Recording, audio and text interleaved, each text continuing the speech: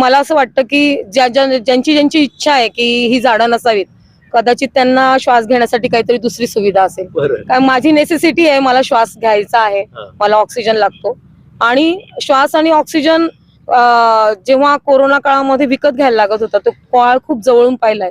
तर 11 तारखेपासून जसं हे आंदोलन सुरू झालं किंवा जशी पहिली नोटीस आली, त्या नोटिसेपासून आम्ही ठरवून ठेवलं होतं की दुसरं काही करता आलं तर पालखीचे भोई तर आपण नक्कीच होऊ शकतो. माझ्यासोबत आहेत शिल्पा सोनावणी.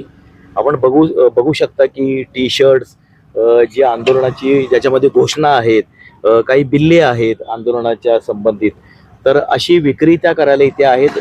गेले अनेक दिवस ते इथे येत आहेत आणि आंदोलनांच्या साक्षीदार आहेत, त्या रोज होणाऱ्या इथे आंदोलनांच्या. आणि त्यांच्या ह्या वृक्षतोडी संदर्भामध्ये त्यांच्याही काही भावना आहेत, त्या आपण ऐकणार आहोत. तुम्ही सुद्धा ह्या सगळ्या तपोवनातल्या वृक्षतोडीच्या विरोधामध्ये आहात. हो. काय कारण आहे?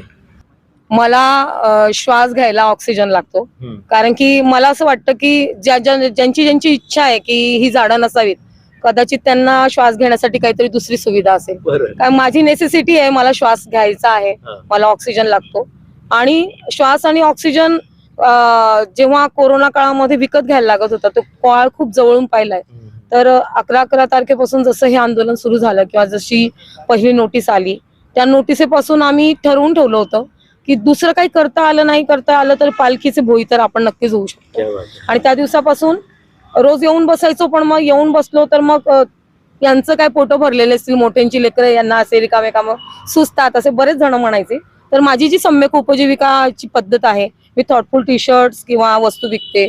संविधानाची प्रत माझ्याकडे नेहमी असते, ज्याला विकत घ्यायची त्याला विकत. नाशिकमध्ये जेल रोडला राहते मी.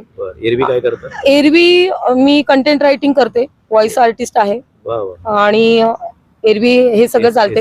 आणि लहान मोठी जिथंही चळवळ आहे किंवा लहान मोठा जिथंही कार्यक्रम आहे, त्या कार्यक्रमांना जाते मी. मला आवडतं कार्यक्रम अटेंड करायला. आणि तो सहभाग नोंदवताना पोट पाणी चालावं म्हणून हे सगळं. तुम्ही कविता सुद्धा केलेली आहे? कारण की मी रोज बघतीये, जवळजवळ आज हे 8वं कवी संमेलन असेल. आणि मी खानदेशी आहे, गिरीश भाऊ पण खानदेशी आहेत. तर मला असं वाटलं कदाचित ना ही भाषा त्यांना समजत नसेल, मग म्हणून मी आज ऐराणीत काहीतरी मांडण्याचा प्रयत्न केला. आणि ती जी कविता आहे ती सादर करते. तुमच्या इच्छेका तर पुन्हा एकदा सादर करते. कापी टाकी झाडे ते उजाड होई जाईन तपोवन, कापी टाकी झाडे ते उजाड होई जाईन तपोवन, कोरडी पडेन गोदावरी माय, सांग साधुग्राम ना साठे आमनं इथलं नुकसान करीसन, गिरीश भाऊ तुले भेटी काय. तू 1 ना 11 करशी, तू 1 ना 11 करशी, तू कॅट साठे माईस बी दाडशी, तू आठवून काढशील तठे लावशी. का रे दादा तू आवडं करशील, तू जादूगार बिदुगार शेका काय. आमनं इथलं नुकसान करीसन, गिरीश भाऊ सांग तुले काय भेटी काय. तू जन सुनावणी करी, तू नोटिसा धाड्यात, तू खुर्चीवर शे भाऊ, तू काही बी करशील. पण मला खरंच सांग, इथलं सारं करीसन, गिरीश भाऊ तुले सुख भेटी काय. आणि आमलं इथलं नुकसान करीसन, गिरीश भाऊ तुले सांग भेटी काय. कापी टाकी झाडे ते उजाड होई जाईन तपोवन, कोरडी पडीन गोदावरी माय, सांग साधुग्रामना साठे आमनं इथलं नुकसान करीसन, गिरीश भाऊ तुले भेटी काय. गिरीश भाऊ तुले भेटी काय.